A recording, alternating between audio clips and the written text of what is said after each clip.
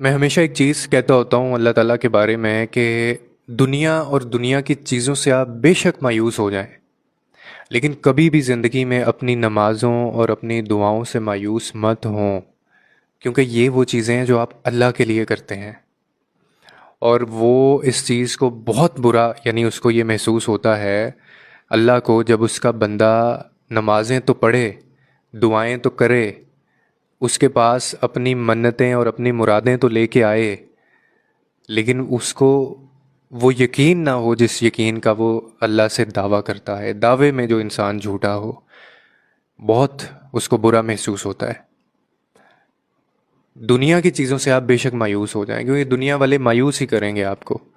ان سے تو میں کہتا ہوں کہ آپ کو کوئی امید بھی نہیں لگانی۔ دنیا، یہ لوگ، یہ جھوٹے سہارے، یہ بھی بھلا امیدیں لگانے کی چیزیں ہیں؟ یہ بھلا آپ کے اس کے اوپر پورا اتر سکتے ہیں؟ یہ ہمیشہ آپ کو مایوس کریں گے، بے شک ان سے مایوس ہو جائیں، اللہ کی رحمت سے نہیں۔ اپنی نمازوں سے کبھی مایوس مت ہوں، دعاؤں سے مایوس کبھی مت ہوں۔ آپ کو نظر آ رہا ہو کہ آپ ہار گئے ہیں، آپ کو نظر آ رہی ہو آپ کی ہار، سب کچھ ختم ہو گیا ہے، کچھ نہیں بچا، تب بھی اللہ کی طرف سے ہے کہ تم میری رحمت سے مایوس نہیں ہو سکتے، اور جو بندہ اللہ کی رحمت سے مایوس ہو جاتا ہے اس کی زندگی میں کچھ باقی نہیں رہتا۔ قبولیت کے دروازے اس وقت کھلتے ہیں جب بندہ دعا کرتے کرتے اس حد تک پہنچ جاتا ہے کہ یا اللہ میرے پاس کوئی راستہ نہیں بچا، اب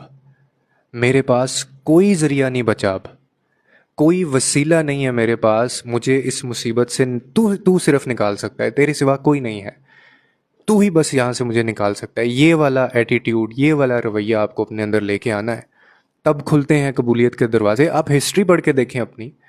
جب لوگوں نے، یعنی انبیاء کرام جو تھے، صحابہ کرام جو تھے، ہمارے نبی دیکھ لیں، پروفٹ محمد صلی اللہ علیہ وسلم، کتنی آزمائشیں، کتنی تکلیفیں، کتنی دفعہ زندگی میں ایسے معاملات، ایسے موقع آئے جب لوگوں نے کہا کہ یہ اب ختم ہو گیا، جب لوگوں نے کہا کہ اب بالکل کہانی ختم ہو گئی، لوگوں نے پلانز بنائے ہوئے تھے مارنے کے، پتہ نہیں کیا کیا کرنے کے، لیکن صرف کیا ایک چیز تھی کہ اللہ پہ یقین تھا، اور قبولیت کے دروازے تب کھلے۔ ان کا رویہ تھا یہ کہ وہ آخری حل سمجھتے ہی اللہ کو تھے،